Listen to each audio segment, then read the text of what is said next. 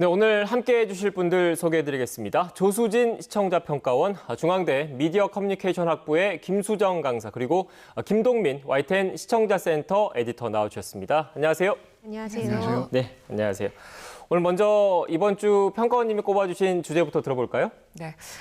최근에 이제 백신 접종률이 높아지면서 우리나라도 단계적인 일상 회복이라고 하죠. 일명 이제 위드 코로나라는 말을 많이 쓰는데 이 단계로 진입하기 위해서 여러 논의들이 계속되고 있습니다. 근데 이제 이 시기가 언론의 보도가 지난 그 코로나19 보도 못지않게 굉장히 중요하거든요. 그래서 오늘은 단계적 일상 회복에 접어들기 위한 단계에서 YTN 보도가 어떤지 한번 살펴보겠습니다. 네, 말씀하신 대로 백신 접종률이 높아지면서 일상 회복에 대한 기대감이 커지고 있는 것도 사실입니다. 하지만 완전히 또 마음을 놓을 수 있는 상황도 아니기 때문에 단계적 일상 회복이 잘 이루어질 수 있도록 언론의 역할도 중요해 보입니다. 그래서 오늘 리뷰 Y 시간에는 단계적 일상 회복과 관련한 YTN 보도 어떤 내용들이 있는지 살펴보겠습니다.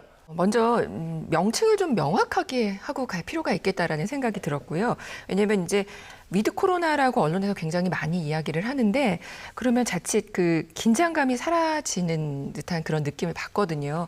이게 이제 코로나를 독감처럼 생각해서는 사실 지금은 안 되거든요. 그래서 치명률도 높고 중증 환자도 위험하고 그래서 우리가 이제 단계적 일상 회복에 들어가서 더 조심하고 관리를 잘 해야 되는데 그래야 이 코로나로부터 벗어날 수 있을 텐데요. 그래서 언론이 위드 코로나라는 말을 너무 쉽게 사용하는 건 아닌가라는 생각이 들어서 우리 YTN은 이걸 좀 자제할 필요가 있겠다라는 말씀을 먼저 좀 드리고 가겠습니다. 네.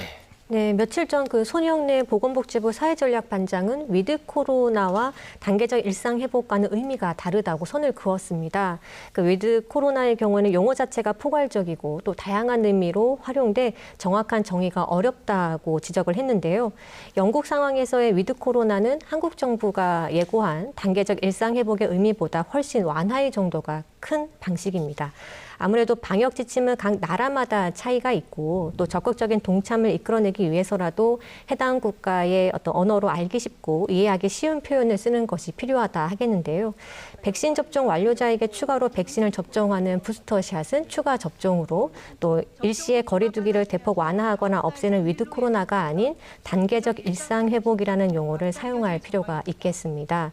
YTN 보도에서도 그 코로나 관련 용어를 쉬운 우리말로 대체하거나 또 정확한 표현을 쓸 수 있도록 앞으로도 노력해 주시기 바라고요. 어려운 외국어를 그대로 사용하기보다는 바르고 편리한 언어로 이해하기 쉽게 사용할 수 있어야 한다고 하겠습니다. 네.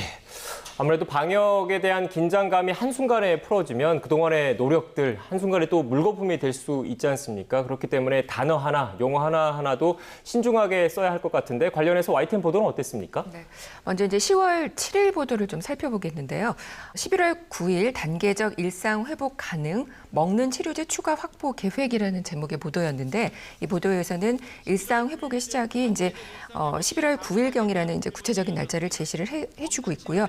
오랜 시간 사실 코로나로 국민들이 지쳐 있잖아요. 그래서 좀 기대감을 갖게 하는. 그다음에 먹는 치료제 물량 확보와 관련된 정보도 제공을 하고 있습니다.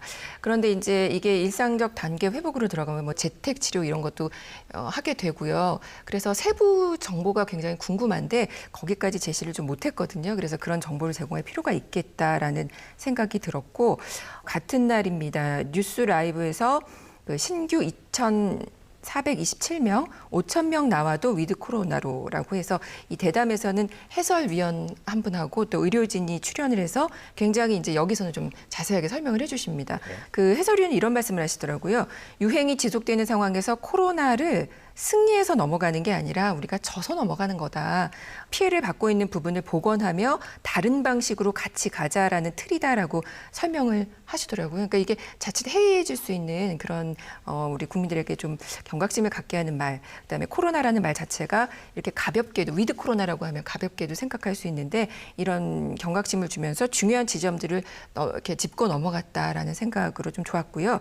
이제는 사실은 뭐 확진자가 몇 명이다, 뭐 증감 이거 계속 논의만 사실 계속 보도에서 시작할 때 하잖아요. 근데 이게 별로 이제 의미가 없어지고 중증 환자 보호 방역 전환이라든가 또 재택 치료 단계적 확대 등 일명 그 위드 코로나 일상적 그 단계적 일상 회복으로 넘어가는 단계에 대한 자세한 내용들이 필요한데 이런 것들을 자세히 설명을 했습니다. 여기 이제 보면 코로나19 관련 궁금증 Q&A라고 하면서 뭐 돌파 감염이라든가 독감 백신 또 이제 독감 맞을 때가 왔잖아요. 네. 그래서 독감 백신 또 코로나19로 사망한 분들의 장례 지침. 저는 장례 절차가 그렇게 됐는지 몰랐었거든요. 네. 근데 이 보도 보고 자세히 알았는데 이런 장례 지침 등 다양한 정보를 제공을 해줍니다. 그래서 참 유익한 그런 보도였다라는 생각이 들었습니다. 네. 그 단계적 일상회복 논의에서 최근에 이제 백신 패스라고 하죠. 접종 증명서와 관련된 언급이 많아지고 있는 것 같습니다. 미국이나 유럽 일부 국가는 이미 시행 중이고요. 독일, 이탈리아, 프랑스, 덴마크도 이제 접종 증명서를 제시하면 다중이용 시설이라든지 그 행사 참여에 제한을 받지 않는다고 합니다. 근데 문제는 백신 미접종자의 경우에는 반대로 제한을 받을 수밖에 없는 상황이라는 거죠. 그래서 이를 두고 좀 차별 논란이 일기 시작했습니다. 이런 혼란을 염두해서 팩트Y가 좀 전체적으로 잘못된 정보가 무엇인지 사실을 짚어주려 노력한 점은 매우 적절했다고 생각이 되어집니다. 이 팩트Y의 검증 보도가 필요한 시기라고 할 수 있겠는데요. 9일자 그 팩트Y 11월 9일부터 위드 코로나 가능하다. 또 10일 팩트Y 백신 패스 없으면 대선 투표도 못한다의 경우에는 허위 정보 유포로 인한 혼란을 최소화하는 팩트체크 보도의 효과를 확대하는 데 기여했다고 평가할 수 있었습니다. 이 팩트Y는 백신 패스가 해외에서 주로 어떻게 사용되는지 그리고 기본권 침해 소지 논란이 왜 언급된 것인지 짚어주어서 궁금증을 해소해 주었다라는 점이 좋은 보도였다고 생각을 합니다. 네. 두 분 말씀처럼 지금 방역 체계 전환을 앞두고 있지 않습니까? 그렇기 때문에 언론이 중점적으로 다뤄야 할 주제, 중점적으로 다뤄야 할 정보 역시 좀 변화가 필요하다 이런 취지의 말씀이셨던 것 같은데 에디터님께서는 어떻게 보셨습니까? 방금 말씀하신 것처럼 시청자 센터에서 볼 때는 저런 것까지 팩트 체크를 해야 되는 때가 됐나 이럴 정도로 백신 패스가 없으면 내년 대선 투표도 못한다. 뭐 이런 이야기를 팩트 체크를 하는 것을 보고 네. 카페에 들어가 봤더니 정말로 사실처럼 이렇게 받아들여지는 것을 보고 이거 해야 되겠구나. 그래서 필요 없는 것까지라도 사람들이 좀 잘못된 것이라고 생각이 되면 잘못 알고 있는 것이라고 생각이 되면 팩트 체크를 해서 보도하는 것이 바람직하다고 생각을 합니다. 네. 그러니까 이른바 시청자의 니즈라고 하죠. 시청자가 필요로 하는 정보가 무엇인지, 필요로 하는 그런 그 주제들이 무엇인지에 대해서 언론이 좀 더 명확하게 짚고 넘어가야 된다 이런 말씀이셨던 것 같은데 이런 가운데 YTN이 이른바 백신 패스 도입과 관련한 여론조사를 실시를 했고요. 또 관련한 보도도 나왔습니다. 어떻게 보셨습니까? 네, 여론조사 결과 제시에서 정치 이념에 따라 그 패스 도입 찬반이 갈린다는 식의 여지를 남겼습니다. 백신 패스 도입에 찬성하는 응답자 경향이 지역별, 연령별, 정치 성향별, 또 백신 접종 여부에 따라 차이가 있음을 보여준 취지는 분명히 있었을 텐데 이에 대한 추가 설명은 없었고 수치만 나열해서 혼동을 유발시킨다는 인상을 좀 받았습니다. 그 응답자 경향 차이를 해석해주는 해설이나 또 해외 사례가 함께 제시되었더라면 설문조사의 필요성과 응답에 따른 정책 홍보의 보완점이 좀 도출되지 않았을까 싶습니다. 코로나19 확산으로 그 지역 경제와 자영업자의 경제적 피해가 장기화하고 있고 또 누적되었던 만큼 단계적 일상 회복을 준비하는 지자체의 준비 상황, 또 자영업자들의 기대감, 그리고 이를 뒷받침하게 만들 수 있는 개인들의 방역 책임에 대한 의지를 종합적으로 연결해주는 보도가 필요하다는 점을 좀 강조드리고 싶습니다. 이제 저는 뭐 코로나 보도도 그렇고요, 백신 보도도 그렇고 이런 사안들을 정치와 연결해서 정쟁화하는 거 이거 정말 큰 문제라고 생각을 하거든요. 전문가 말을 인용할 때도요, 뭐 그런 정말 의료진의 전문가가 아니라 정치인들의 말을 인용을 해서 백신 보도나 이런 거 하는 것들이 굉장히 많았었잖아요. 그래서 문제가 되는 것들이 계속 이제 지적이 됐었는데. 이 여론조사에서도 보면 물론 이제 백신 패스에 대해서 시민들의 의견을 묻는 거는 굉장히 중요합니다. 왜냐하면 사회적 공감대를 형성해야 되기 때문에 굉장히 필요하고 중요한 문제인데 그런데 이제 뉴스 이 리포트 구성에서 또 여론조사에서 굳이 지지 정당별, 정치 이념 성향별 답변을 묻고 이를 또 그렇게 확대해서 보도할 필요가 있었을까? 저는 사실 이 보도 보면서 좀 답답했었습니다. 네. 지금 사실 어떻게 보면 우리 사회가 정치적으로 양극단으로 갈려 있어서 지나치게 정치화되고 있다 이런 지적들도 사실 많은 게 사실인데 지금 이렇게 국민의 건강과 직결되는 보건정책 사안에 대해서도 이렇게 정치적으로 해석할 필요가 있느냐 이런 취지의 지적이신 것 같거든요. 에디터님께서는 어떻게 보십니까? 예, 방금 말씀하신 대로 방역은 역시 전문가에게 맡기는 것이 맞습니다. 그 방역과 정치적인 문제를 결부시켜서 묻는 것은 지금도 사실은 현실적으로 볼 때 약간 정부에 대한 불신이 많은 사람은 백신에 대한 거부감이 있는 것이 일부 사실이거든요. 방역과 정치를 결부시켜서 묻는 것은 별로 국민 그 정서상 그리고 그 사회적으로도 그렇게 바람직한 것은 아니라고 생각합니다. 네. 방역과 정치를 결부시키는 것에 대한 우려에 대해서 어느 정도 이제 에디터님께서도 공감을 하셨는데 그런데 비단 이런 이른바 백신 패스와 관련된 논란들이 우리나라만의 그런 상황은 또 아니지 않습니까? 해외 상황도 비슷하다라는 여러 지적들도 나오고 있는데 어떻게 보셨습니까? 관련된 YTN 보도에 대해서? 네, 먼저 10월 2일 보도인데요. 팩트와이에서 유럽에선 백신 패스 없으면 아무 데도 못 간다라는 제목의 보도였는데요. 백신 패스 도입과 관련해서 백신을 맞지 못하신 분들 우려가 참 많죠, 사실. 그런데 이제 우리보다 앞서 시도한 국가 사례를 이렇게 보여주면서 이게 이제 국민적 공감대가 관건임을 짚어줘서 굉장히 유익했다라는 생각이 들고요. 그다음에 10월 3일 방송 백신 접종하면 자가격리 없는 크로아티아 입국기라는 이 보도에서는 리포터가 직접 크로아티아 도착 과정을 이렇게 공개를 합니다. 직접 비행기를 타고 가서 하는 과정을 공개를 하는데 여기서 이제 필요한 서류나 이런 것도 잘 정리해서 이야기를 해주거든요. 그래서 참 정리가 잘 된 보도였다. 참 시도가 좋았다라는 생각은 들었는데 이 YTN은요. 공공장소에서 굉장히 많이 보세요.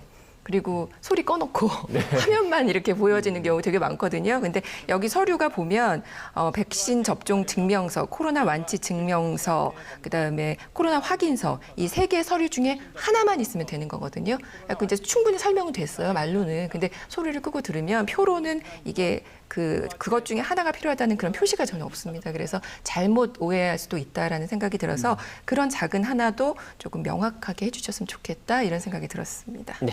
YTN은 단계적 일상 회복을 준비하는 정보를 제공하는 역할을 잘 해야 된다라는 것은 뭐 강조해도 지나치지 않을 것 같습니다.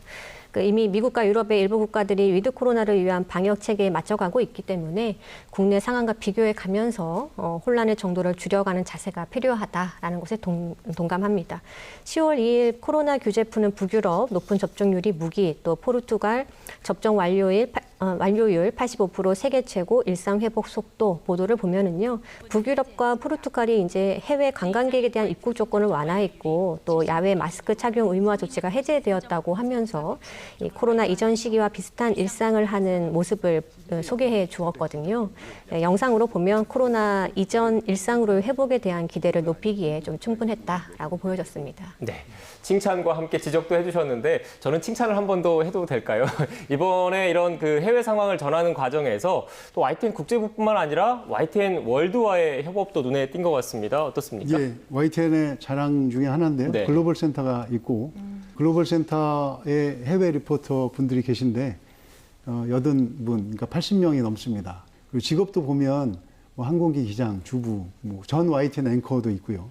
전 YTN 기자도 있고 직업군도 다양하고 그래서 요즘같이 여행이 좀 제약이 좀 있고 자유롭지 못할 때 현장에서 그 안에 있는 글로벌 센터에서도 같이 그 기사 봐주고 내용 체크하고 화면 구성이나 이걸 계속 약간 교육도 겸하면서 이제 커뮤니케이션 하면서 제작을 하고 있는데 방금 말씀하신 그런 이제 디테일 자막에서 조금 더 디테일도 좀 더 꼼꼼히 살핌으로써 좀 그런 리포터들이 잘 만드는 것이 잘 뉴스에도 활용될 수 있도록 하겠습니다. 네. 저희 입으로 저희 자랑을 해서 조금 쑥스럽긴 한데 그만큼 더 열심히 해야 되겠다라는 그런 채찍으로 생각하겠습니다. 그럼 오늘 나눈 대화 내용 정리하면서 마무리하겠습니다. 마지막으로 이것만은 꼭 명심할 수 있도록 먼저 평가원님께서 요약해 주시죠. 네. 단계적 일상 회복으로 접어드는 시기, 언론의 역할이 더 중요함을 명심하자라는 말씀을 드리고 싶은데요. 그동안 사실은 언론이 코로나라는 새로운 질병의 추이를 쫓아가느라고 바빴습니다. 때로는 이제 불안 공포를 부추겼던 것도 사실이죠. 이 시기를 잘 넘길 수 있도록 언론이 그 어느 때보다 정말 실력 발휘를 좀 해주셨으면 좋겠다라는 생각이 들거든요. 정확한 정보 제공이라는 그 언론의 기본적인 역할, 그 어느 때보다 중요하고 필요합니다. 네, 다음 교수님 한 줄 평 들어보겠습니다. 네, 성급하거나 과도한 기대감 조성 말아야. 단계적 일상 회복이 성급한 일상 회복이 되지 않도록 새로운 정책을 효과적으로 알리고 또 잘못된 정보로 혼란과 불안이 확산하기 전에 사실을 확인하는 보도가 필요하겠습니다. 단계적 일상 회복에 정부와 국민이 신중해져야 함을 계속해서 강조해 주었으면 좋겠습니다. 네. 오늘 전해주신 분석과 해설 잘 유념해서 YTN 보도와 프로그램 개선에 앞장서겠습니다. 세 분 오늘 말씀 고맙습니다. 감사합니다. 감사합니다.